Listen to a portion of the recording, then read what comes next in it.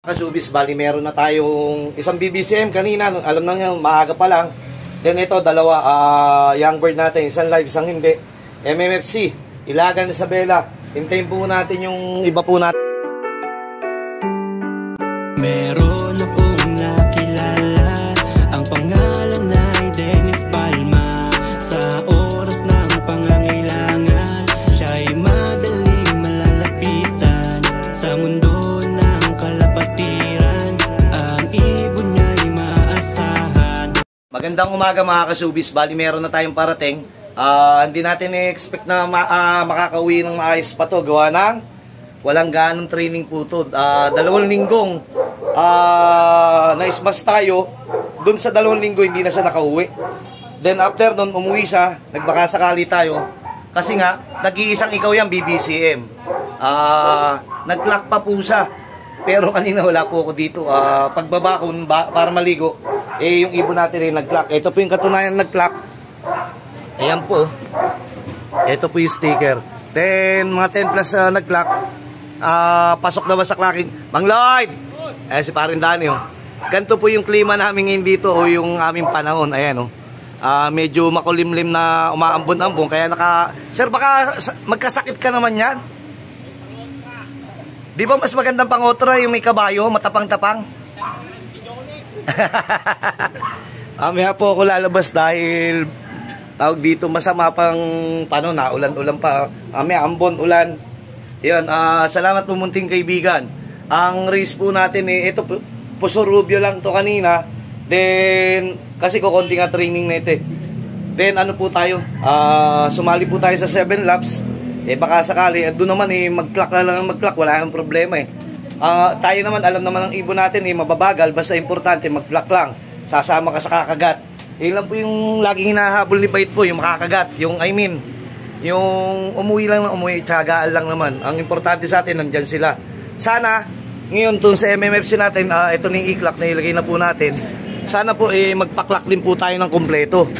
Noong nakarang linggo, talaga nagpahirapan. Parang 11% lang po yung naging suma total ng ng pa-clocking ng MMFC.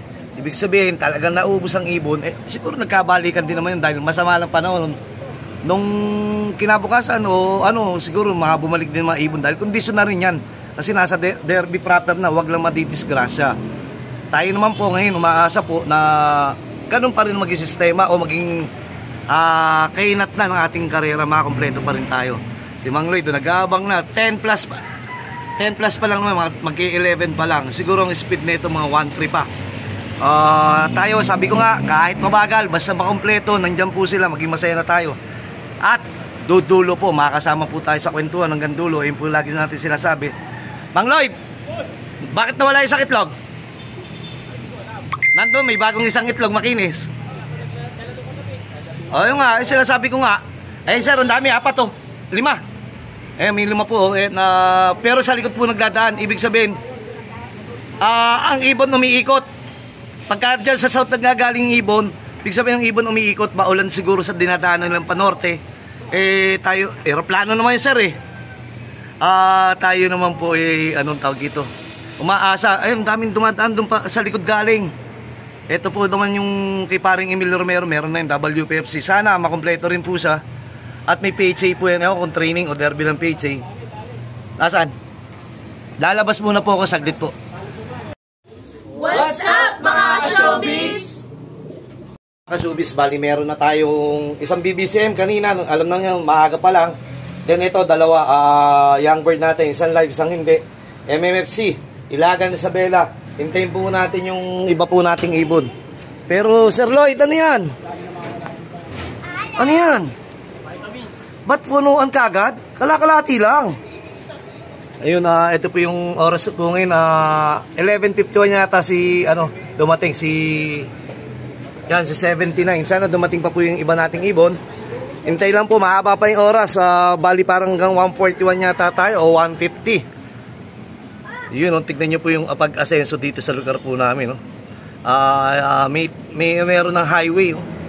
Ayan, kaya lang, yung kiparing Emil nandun, baka tamaan, yung pangalawang highway na gagawin, baka hindi na po natin makakasama dito sa paglaro dito sa Santa Mesa.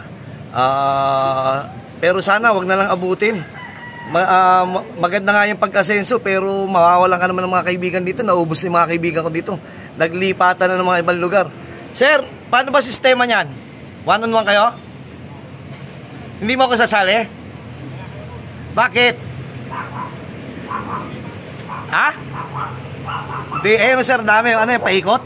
Paikot lang. Lalabas muna po, mamaya natin tuloy. Abunding-bunding. Mga kasubis, bali natapos ang karera natin kahapon. Kulang tayo ng isa. Si Kidlat pa nawala.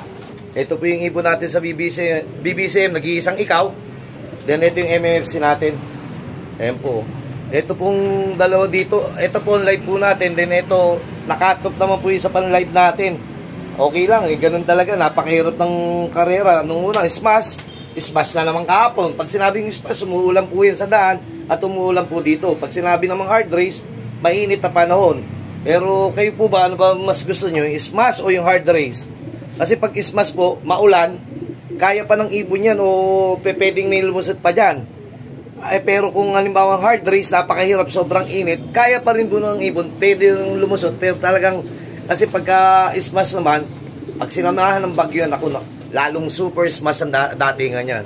Ngayon nakakadalawang smash na tayo, dalawang karerang smash. Kaya ang resulta ng ating club sa MMFC, pakaunti na agad.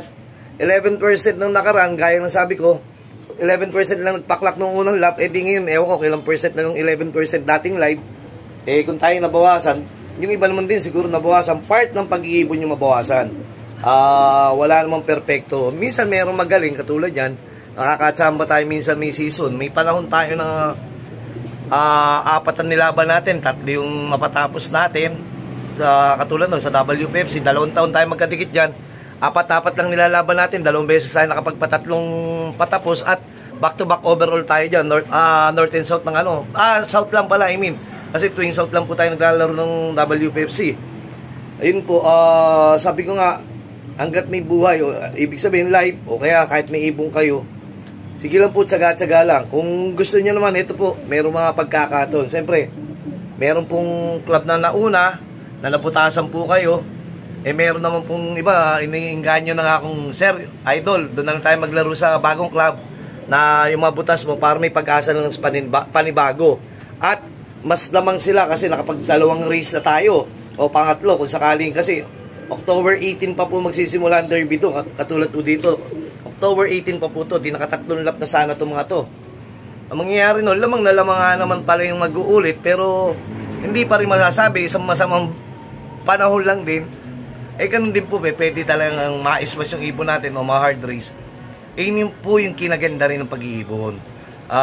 Opo, masakit po maulan, pero pagka kayo napasama doon sa mga nagpa-uwi, tapos ang ganda ng pauwian nyo, nakukumpleto po kayo o kaya ay magandang porsyento ng pagpapauwi nyo.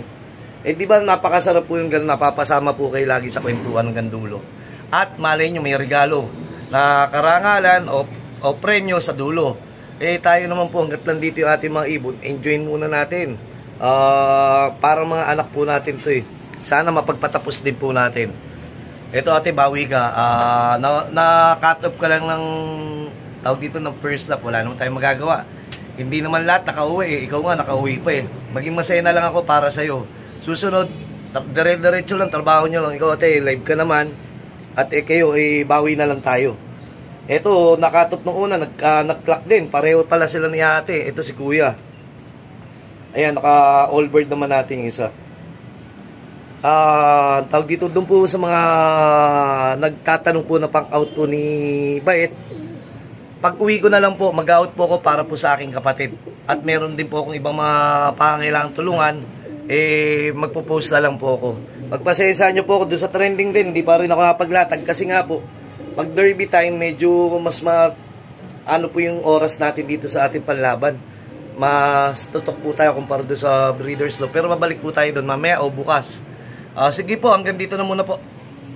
Yun mga kasubis, bali nagpahirapan na naman kahapon. Ito po yung ibon natin.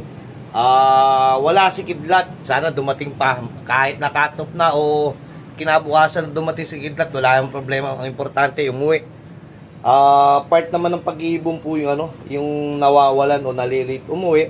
Ang importante, inuwihan po kayo. At maging handa din po talaga tayo na mawalan. Ganun po yung pag-iibon. Hindi naman porke nagsimula kayo ng 10 o ng 5 o ng 20, hindi na kayo mawawalan. Parte po ng karera to. Kaya nga po ang pagkakarera matalinhaga. Ibig sabihin, walang magaling. Lamang lang may materyales. Pero siyempre, nandiyan, unang yung kalaban dyan, sakit.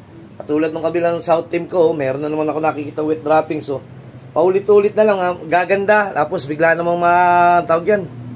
Biglang biglang magiging wet yung dumi nila.